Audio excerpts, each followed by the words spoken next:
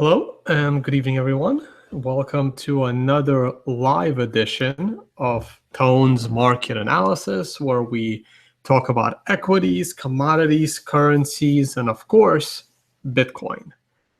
All right, so hopefully there won't be too many technical issues this time. So let's get started. Got a lot to cover, and we'll see how it goes. Hopefully I've solved my problem of memory and everything can be seen fine.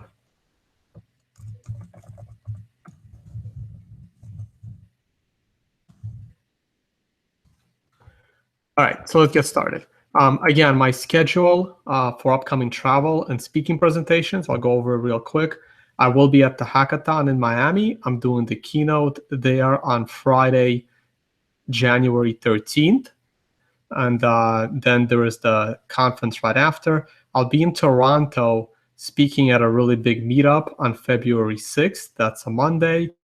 And after that, I'm in Mexico for over a week probably. And I'll be doing a 2-day trading seminar. Check that out at anarchapulco.com. Right. So, by the way, big shout out to CryptoKill, who may have solved my temporary problem of memory with one tab, and we'll see how that goes as we do this video. So we'll find out. All right, equities. So as you can see in the equity space, I still have my short position. I closed it over the weekend, over the long weekend, and then I entered it back in. So I just left it as it was. I'm short the S&P 500 as of 2,260, and I'm looking for a bigger pullback than what we had. Looking for a bigger pullback than what we had. And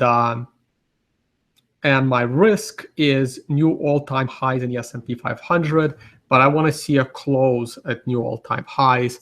I don't really, I don't want to get out on any wicks. Okay, so the slightly longer term of the S&P 500 is, again, I was looking for a much bigger pullback, and as you can see, all we had was one bad week, but we're still below the high of this doji on the weekly candles. So I think there is more of a pullback in the S&P 500. Now, why do I think that? I think that because of this really big sell signal, and this is a numeric indicator, and a 913.9 sell is a pretty high probability sell point, which is why I was looking for a big pullback, even though this is the Dow Jones. Okay, so why is it? Okay, so now let's see how good this works. Go to one tab and let's open commodities. New window, that's fine. So while it's doing that, I want to talk about this. So the reason why it's a the reason why I'm a little bit bearish the market is because there is this track record, and again, somebody tweeted this at me, so thank you for that. Thank you for this tweet showing me that the first year of a Republican taking over from a Democratic president has been a bad year following that election. And I know it's a small sample size, but it's 4 for 4, with the average being about a 10% decline in the markets when a Republican president takes over a Democratic presidency. So let's see what happens with Trump taking over for Obama. But Trump is supposed to do a lot of good, just like Reagan, but even Reagan had a very tough first year.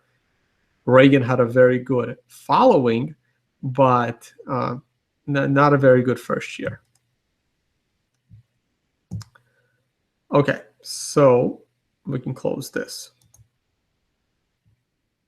And now we go here. Excellent, gold. Okay, so here's gold. So here's what I forgot to do in gold that I'm about to do now. I have a position in gold, and it's a long position. And like I told you guys, if I'm going to take on a position, I will put it right on here. Now, if you don't believe me or you think that I'm lying with my numbers, you probably should not be watching my videos. Oh, wait, wrong thing. And that same goes for anyone else, right? Like if you're watching somebody else's economic and trading videos and you really don't believe what they say, you shouldn't be watching these people. So I got in at 1160, and I'm looking to get out at 11. I think I set it at 1198 because I keep raising it. I initially had 1180, but I got hit real quick, so I just raised my stop. So I'm still in this trade.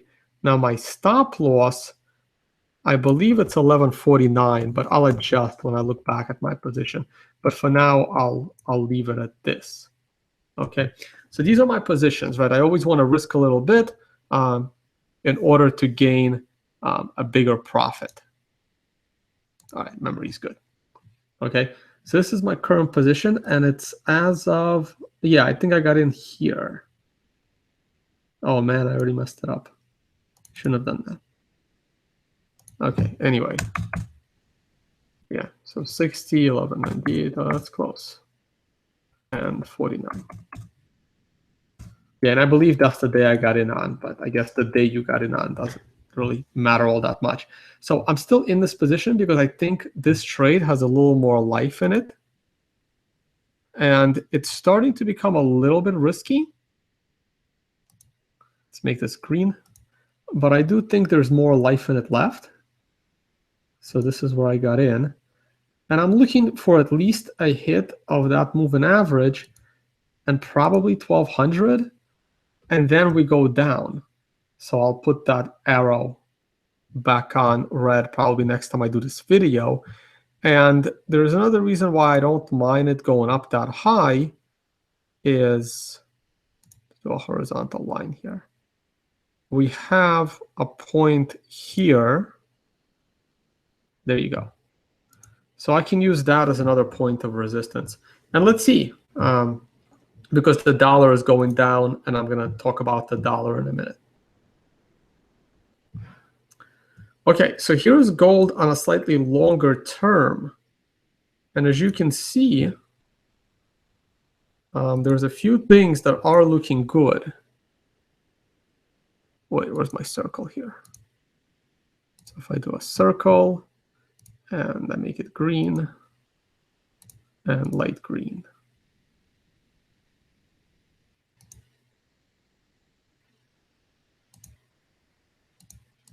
Okay, so we did hit an oversold condition, and now we came back up, and we've broken above the first Fibonacci. So we're probably going to go all the way to the second Fibonacci, which is 1212. And 1212 is also a decent resistance. So anywhere between 1200 and 1212 is good resistance. If I come back to here for 1 minute, this is the daily. You see this 9 right here? That's actually an indication of a sell signal. So I am going to take this, this number 9. I know it's kind of blending into the green there. I'm going to take this number 9 partially seriously. But again, this candle just started like 20 minutes ago. So who knows how this day will end. And hopefully this day will go all the way up to 1200 tomorrow. And it takes me out of my position. There's really no reason for me to be in these positions longer than I should. And since I'm using one broker, there is a charge, like there is an overnight fee to hold leverage positions. So not ideal. Okay, so this was the chart that I was showing before, which is the gold-silver ratio. Also a shout out to a commenter who who told me how to do this chart and go back further than 2000, all the way to 1975. So thank you for that, and I'll show that chart in a minute. So I may or may not do this trade. It would be nice for either this to converge a little bit more, or to go up to 75 to create this kind of a head and shoulderish kind of pattern, and then the ratio goes down. So for this ratio to make money on this ratio, you would be short gold but long silver, because gold is looking to be overpriced relative to silver. And here is the same chart, but now if you take it back to 1975, you can see that we're here, and this is now monthly instead of weekly. I haven't annotated anything here yet, but my levels are 80 and like here around 50, with 40 as a double down. But if you look in the 1970s, it was very, very different. But then again, there was a lot of weird things here, but this seems to be a stable range for the last 30 plus years, and it's looking good. So I'll stick to it. So that was an overshoot. This was an undershoot. So now probably if we hit 40, we'll flip it again. All right, so I'm going to close this. Yeah, I guess we're done with gold as well.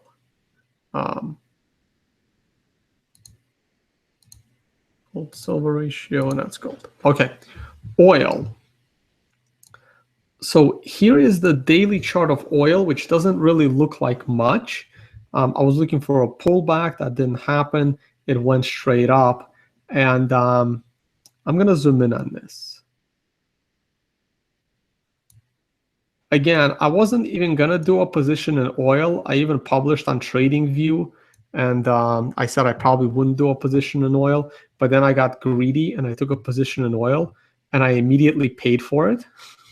So what was this? This was on the 3rd. So the first day back, oil started popping to 55 and then pulled back to 54. So I took a position in oil at 54, and I watched my position just get annihilated the rest of the day. And I was like, oh my God, that was dumb. But now it seems to be pulling back up, and I'm still in this position because it didn't hit my oversold level yet. Now, for some reason, I am using the so I'm using the CFD here, and there's a difference of 40 cents between the CFD and the actual contract of oil that I'm trading. So it was weird. So I have my entry of my position at 53.60, but in reality, I entered at 54. But all of these prices are about 40 cents lower than the actual future. So I kind of had to hack this a little bit. So I am looking for a substantial move up in oil. And so this is my risk reward, and I'm still in this trade. I had it set to double down at 53, and when it came close to 53, I'm sorry, I had it set to double down at 52.50, and when it was approaching 52.50, I lowered it to 52. It never hit 52, came down to like 52.20. So I never got a chance to double down in this trade, and it probably would have been dumb to double down when it does this.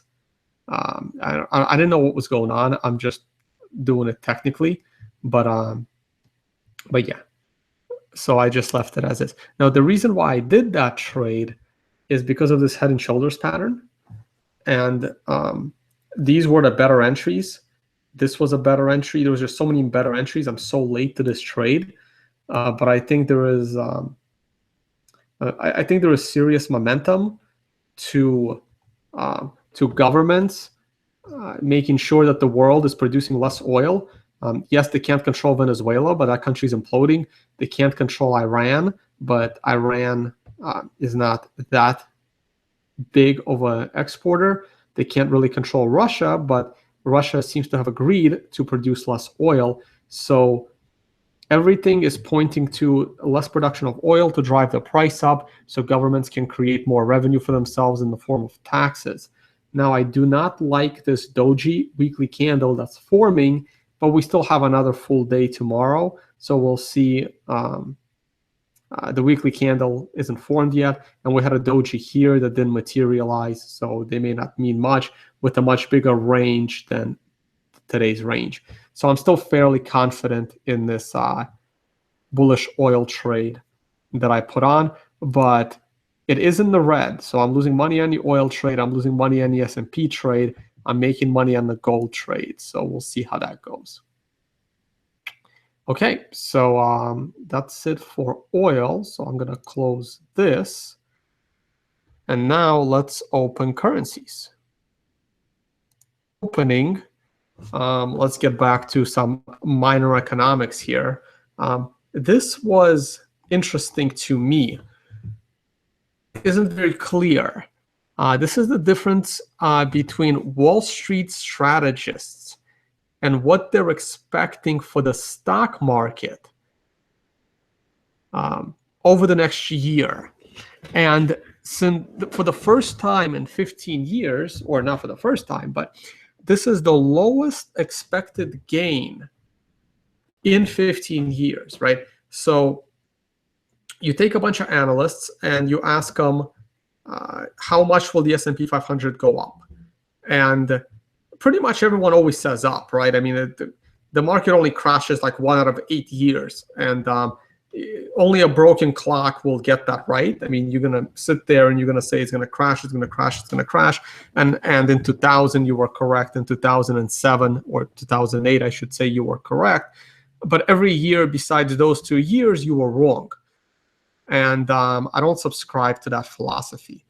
So when you ask a bunch of analysts, everyone will pretty much say that the market will go up. But their average was only about 5% gains for the year, which is by far the lowest it's been in a while. So that could be a bit of a contrarian indicator. If no one thinks it's going to go up, it can go up a lot. And the highest target was only 2,300, it was only 2,500, which isn't much at all.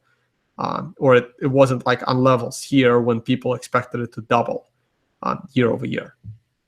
Okay, so the highest target was only like, I think 9% gain in the S&P 500, and the historical average is like 7 or 8%. So this is by no means. I think we're going higher than this, but that's what the average Wall Street people said. Okay, so let's close that and let's take a look. All right, so the US dollar took a hit, and that's a big reason why gold went up. And this was the Fibonacci line from the weekly chart that I usually show. So I kind of zoomed in to show daily. Now, again, there is a 9 right here. I'm probably going to annotate these. So this was an indication that there might be some selling going on as of December 20th, and we are getting some selling. But the previous 2 times we've had big selling, it immediately bounced back. And we have 101 support coming up, the 50-day coming up. The 100 is nice round support. But then if we fall below 100, the US dollar could take on a bigger correction. The MACD has crossed. You have divergence, actually. I don't want to annotate this. I probably will later on. You definitely have divergence with the indicators and momentum. So the dollar is going to be pulling back a little bit. Here is the longer term view of the dollar. And again, I'm still fairly bullish the dollar. So even if it pulls back, I'm still expecting the dollar to do great things. So besides gold that went up a lot today, bonds had a monster day today. And bonds really got oversold. I just put up this chart for the first time. I normally do not talk about bonds, but I think bonds are going to crash this year or next year. So I've been moving my 401k away from bonds and completely into stocks, but everyone is different. what I want to do is I want to throw Fibonacci's on here, and I'm going to use the closing prices. I don't know if that's better or worse. So here's the Fibonacci with the closing prices, and the bounce back based on Fibonacci's is fairly steep. So there's definitely a bit of a bounce back to go. So this is not trading advice, but I'm going to recheck my 401ks from my previous jobs. And if I have any allocation to bonds still, I will be changing those to 100% stocks if we come back to these Fibonacci lines in the bond market. Okay, a bit out of order, but here's the euro. And again, with the dollar falling, the euro was the main beneficiary. And I really thought that 105 would be good resistance for the euro, but it bounced back a little bit further. There really isn't much. There is a 9 here, which indicates a minor bounce, but a continued downslide. So this is 1, 2, 3, and this will go all the way to 13. So unless we get a bullish 9 up, I am looking for this to reverse fairly quickly, but if the dollar keeps falling, this may not happen. And here is my long-term view of the euro, and this is a minor bounce back. I mean, there's so much resistance here, and the 50-week is turning down that I don't think this bounce is going to last long. It can go to 1.1, but I hope it doesn't. And the reason is because I have a position in that market as well, which I'll show in a minute. And here is the pound. I think the pound is grossly oversold, and I think the pound has a better recovery mechanism. And here is my position in that space.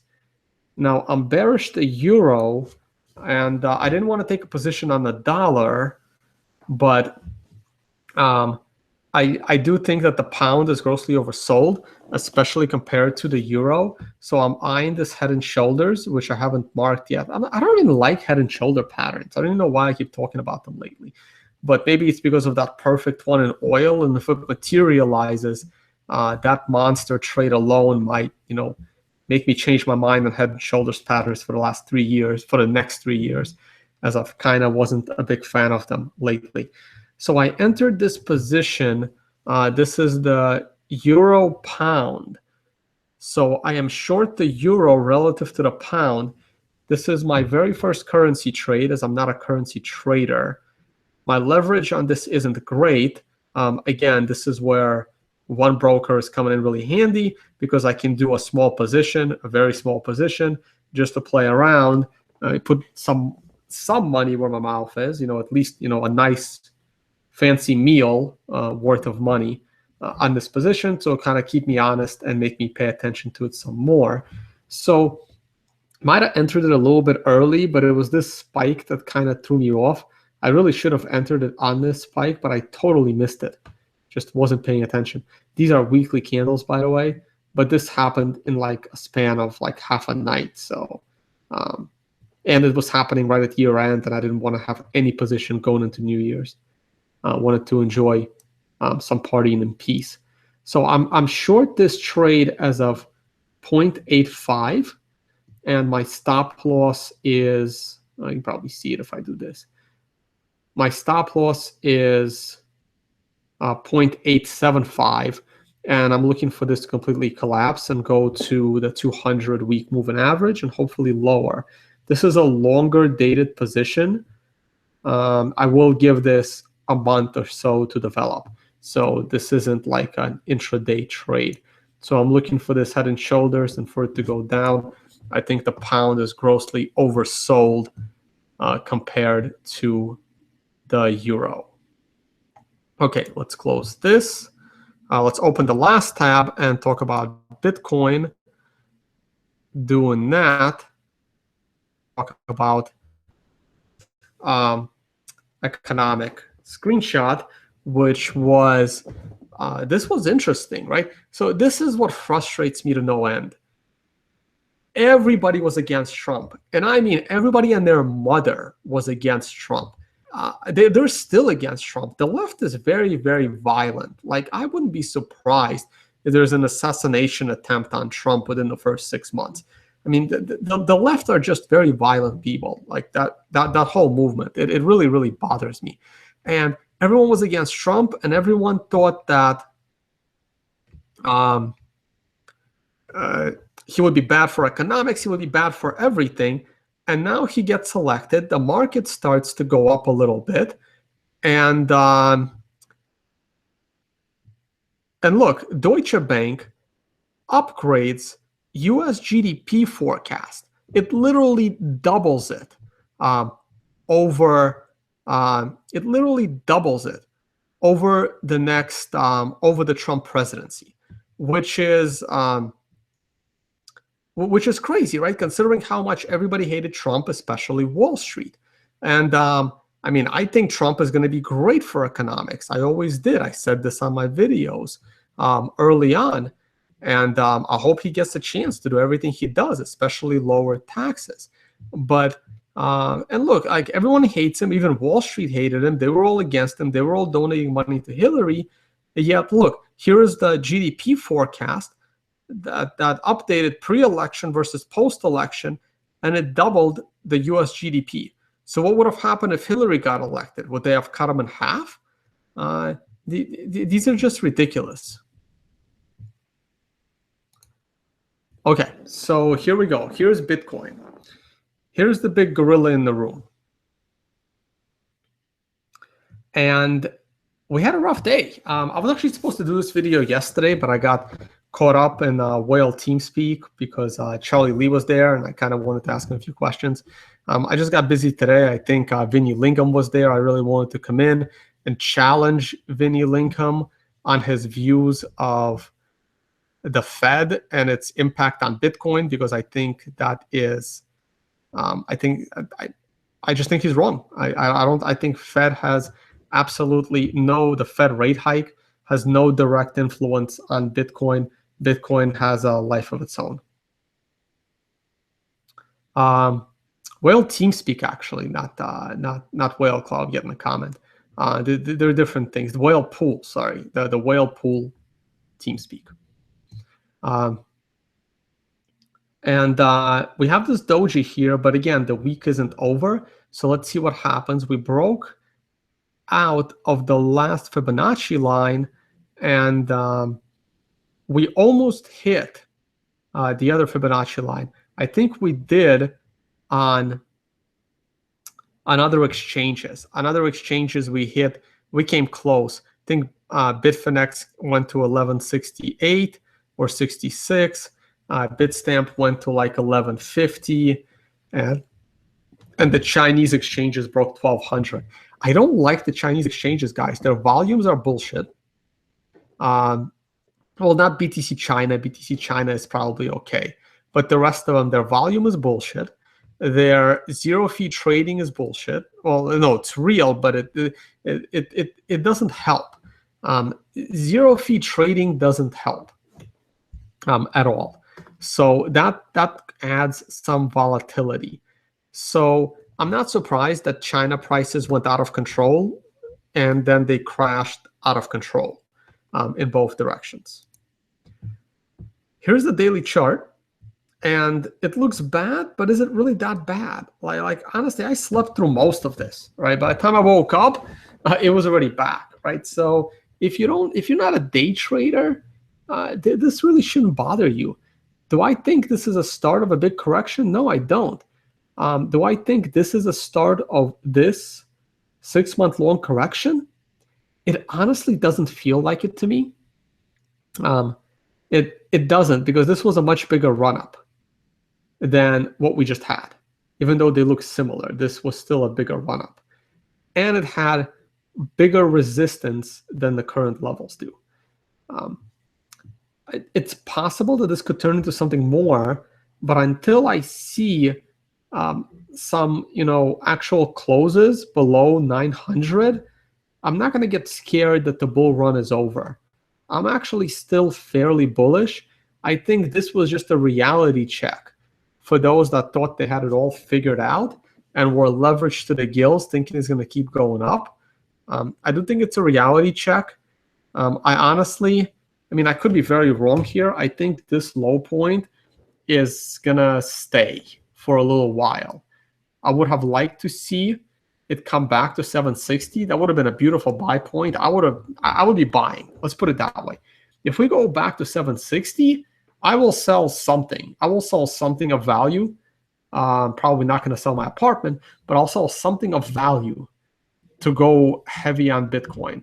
And because I'm thinking this, I don't think we're going to get there. So I don't think I'll be buying any more Bitcoin anytime soon. Slightly zoomed in version on the channel.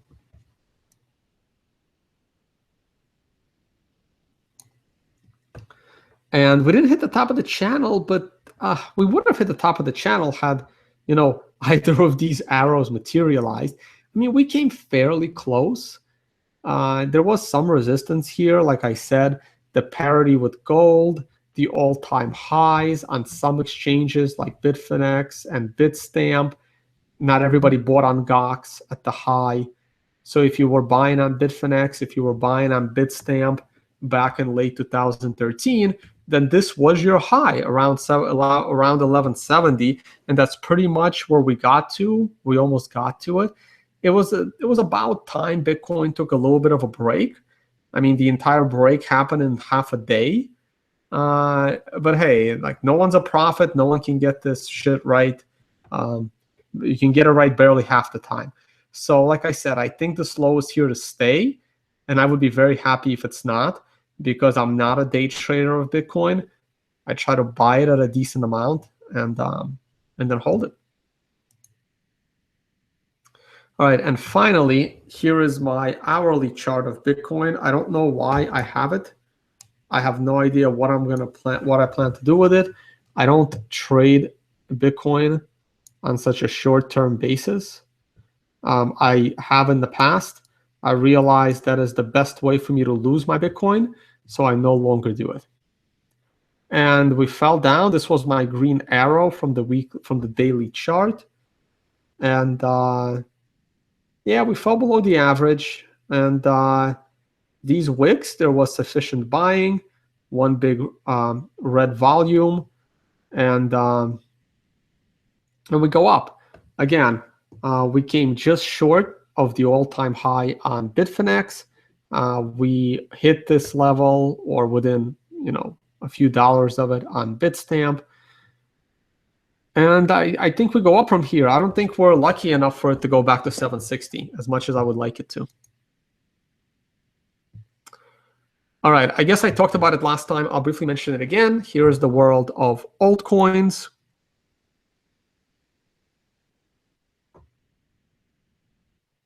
Let this refresh.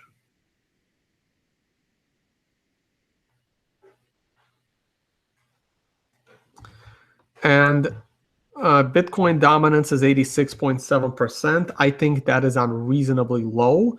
And I think that is definitely going higher, in my opinion, of course. I think that Ethereum will go down. I think that Monero and Litecoin are the only two legitimate things on this list of top 15 that is viewable. Zcash is moving up. It's at 16. Soon it will fit on my page, and I'll be able to see it whenever I refresh this page. But for now, Zcash is not even here. And no, Zcash, I don't consider Zcash a legitimate crypto. Monero is legitimate, and Litecoin is legitimate. Do I think they're overpriced? Yes. Do I think they will always be overpriced? Probably, because of speculation. Everything else needs to go away, and it will slowly go away. I think Monero and Litecoin will move up to numbers 2 and 3, but will it be at a higher market cap or a lower market cap? I have absolutely no idea. It really depends on speculation. Ethereum still has this, Monero is convincing people that full anonymity on chain is important, and people are buying into that, even though I don't believe that it's all that important at the moment. And Bitcoin will solve this problem. Litecoin's proposition is that they will adopt SegWit first. At least it doesn't have to be the reality. Remember, it's all traders. It's all speculative, right? I mean, like the reality that Litecoin will adopt SegWit is not important. The reality that Litecoin will probably potentially adopt SegWit, and that's the speculative view of Litecoin, and they will be able to test off-chain scaling. It gives Litecoin some proposition to have a little bit of legitimacy as a test net. So I see them as being 1 and 2. Ripple is not a cryptocurrency. Ethereum is just stupid. And Ethereum Classic is a slightly better version of Ethereum, but that's not saying much. Dash, I also think, is silly. And further down the list, it just gets worse and worse and worse. All right, so I was quoted in a Bitcoinist article. Shout out to Bitcoinist. They asked 3 people for their views on 2017, me, Reggie Middleton, and Kim.com. It's awesome to be in company with these guys. They have Wikipedia pages. Maybe one day I'll get there. Not that that's that much of a milestone. I was the only one of them 2 that gave an actual number in my prediction with dates, though Kim.com did a little bit as well. So go ahead and you can all read that on the screen.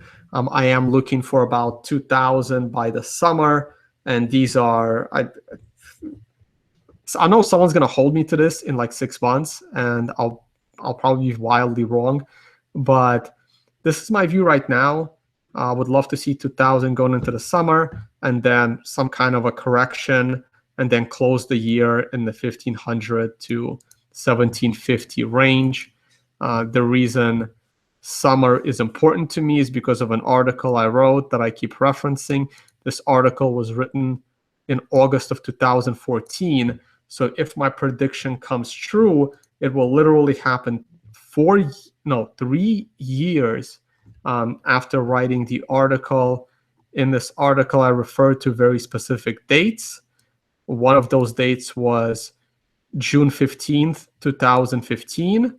You just have to convert this decimal number into dates. And if you convert this decimal number into dates, I believe it's like August 18th or something. I'll probably redo this math and get it refined. And this date happened to correspond to the Greek banking shutdown. I have no idea what is coming on this date. I don't know if this is going to be a high or a low.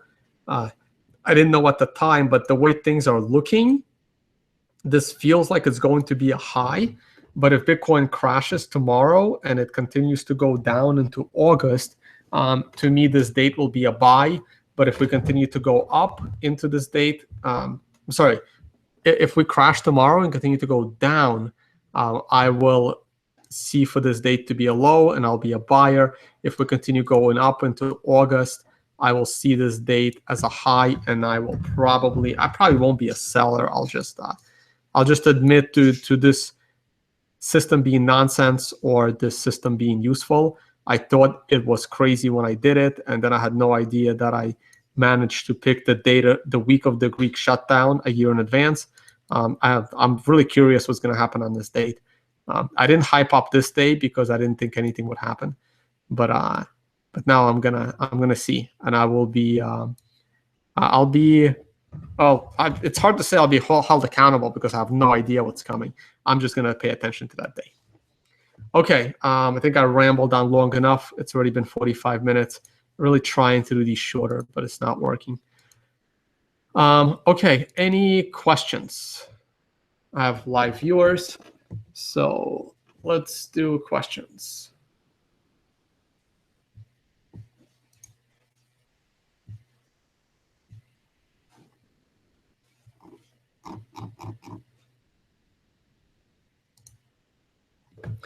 Okay, got a question. Is there an automatic trade mechanism triggered by volume instead of price? I mean, you can write one, you can build one, anybody can. I've never mechanically traded, guys. I've always been a manual trader. All my real trading is in the options market on NASDAQ equities. I mean, that's kind of my proprietary trading strategy that I use. And it's cyclical. And right now I have no trades because it's not trading season for me yet. But have people written anything that's volume based? Yeah, of course. I pay attention to volume in the real stock market. It's not as important as price, but it's important.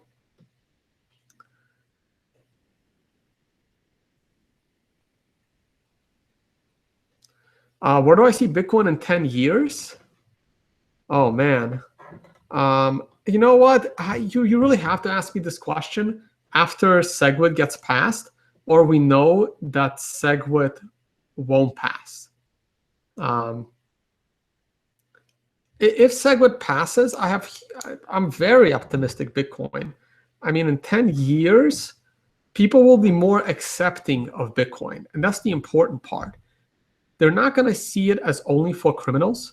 They're going to be way more accepting of Bitcoin for normal transactions, unless they declare a war on Bitcoin, like they're declaring a war on cash. And that's very, very possible. It's really hard to say. As far as price is concerned, in 10 years, one Bitcoin has to be over $10,000 and probably way more than $10,000, or mining is not sustainable. So I mean, if you believe in the system, then yeah, Bitcoin should do great.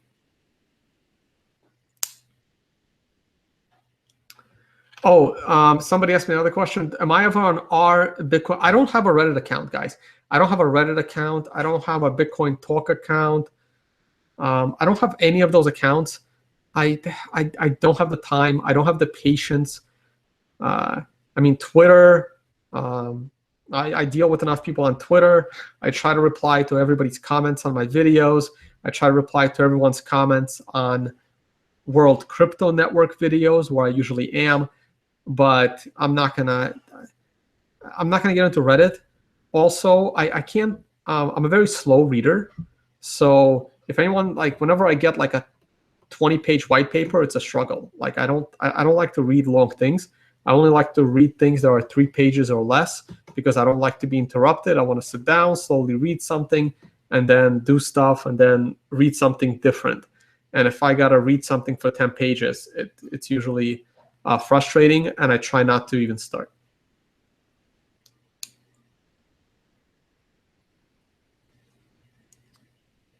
Is it a good idea to get a bunch of treasures or keep keys and split up Bitcoin holdings across a number of them to mitigate risk, or am I completely banking on the wrong tree here? Well, I mean, if you want to mitigate, hardware failure risk, right? I don't know. You know what? It's a double-edged sword. The more places you split up your Bitcoin, the more the chances you're going to lose one of them.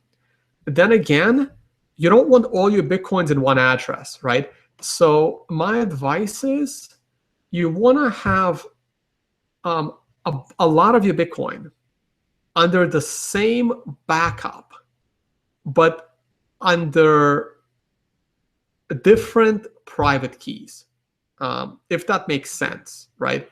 Like, and the reason is because I know it's unlikely. I know the chances are very, very small, but it's possible for someone to guess your private key, even though it's almost impossible. And accidentally, like a random program can happen to generate the same private key as yours. I know the chances are like 1 in a trillion. But if you have all your Bitcoin in one private key, and just something bad happens to that private key, just by chance, just by an astronomical chance, I wouldn't be able to live with myself, right?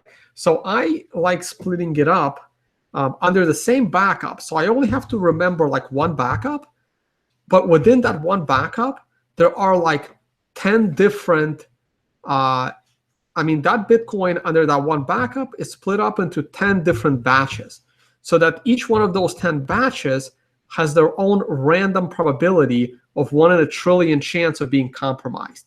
But for me to access all 10, I only need to remember one backup. And then I have like a few of these backups, right? Because I can only remember so much. And I try to keep it all in my head. And I know that's a bad idea, but if you write it down and you hide it somewhere, somebody can find it. I mean, look, Bitcoin security is probably as difficult as nuclear waste security and like electric grid security. You're literally on that level. So if you're going to be responsible for your own Bitcoin, if it's like $10,000 worth of Bitcoin, not a big deal, not the end of the world. But if it's like, millions of dollars worth of Bitcoin and it's all your life savings, I mean, you have to take it as seriously as you're protecting like a nuclear reactor, right? Because this is literally your life savings and it's a lot of money. What do you think about the concept of tether, where one tether is always equal in value to $1? I like the idea, but in practice, it's difficult, right? Because the money is sitting in a bank somewhere. And the value, the market cap of Tether is like $9 million. How is that insured? So, I mean, there is additional risk there. How is that insured? Not to mention, what if the government declares Bitcoin illegal tomorrow and then Tether is the first place to go and they just, take those tokens? They just confiscate those tokens because Tether is a centralized entity. I could be wrong there, but I mean, the concept is great to be able to, go into dollars, but there is some risk there, and it's regulatory risk, and I don't like regulatory risk. I don't touch anything regulatory. So I have never purchased a Tether token, and I don't believe I ever will. All right, let's see, more questions.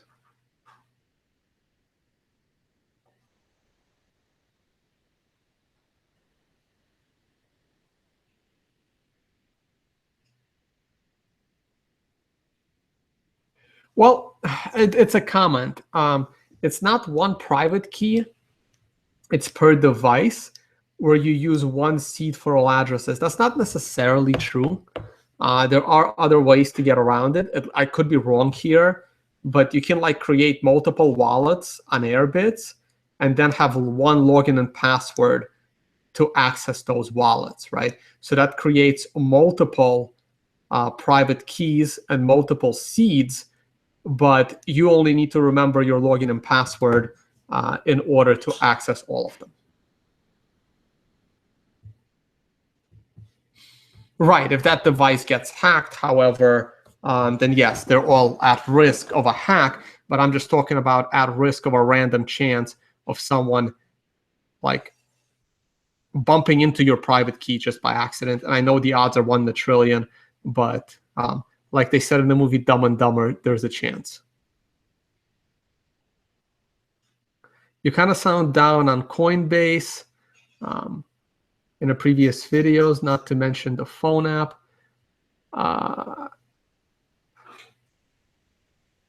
Where would I suggest a person purchase Bitcoin? This is difficult, right? I've always advised people to buy them in cash. Buy it in cash. Stay away from the regulatory risk. I know it's difficult and I know it's dangerous, but do it at a public place. Do it with people you know. Hit up the meetups. The meetups is where you do it. You meet people at these meetups. Some people come to these meetups that have Bitcoin to sell, and try to buy it in cash. You can buy it from Coinbase, but now you're dealing with the IRS. So it's up to you. Best way is to just work for it, right? Do something. Try to. That's how I made some of my Bitcoin, is by working for it, writing articles and things like that.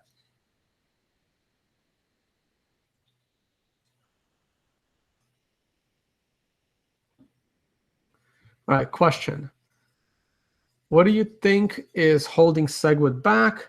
And do you think there's an alternative solution for SegWit? If it gets close to the end, has not passed at that point. So you know what?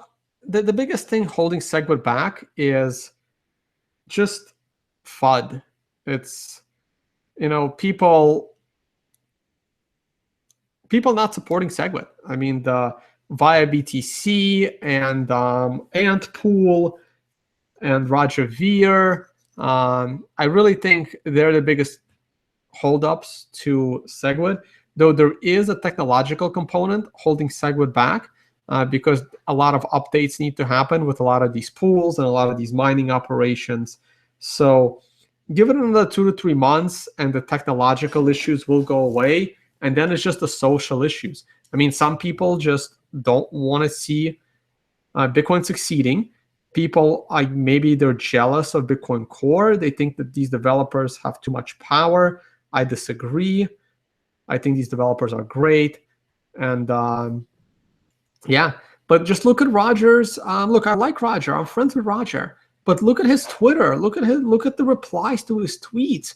Like 95+% of the replies to his tweets are like anti-Roger tweets. And it's like, whoa, like Roger, if your reputation was the threshold for SegWit, 95% of people that aren't really happy with you anymore, SegWit would pass. I mean, I don't know. He was in this video. Do I still have it open?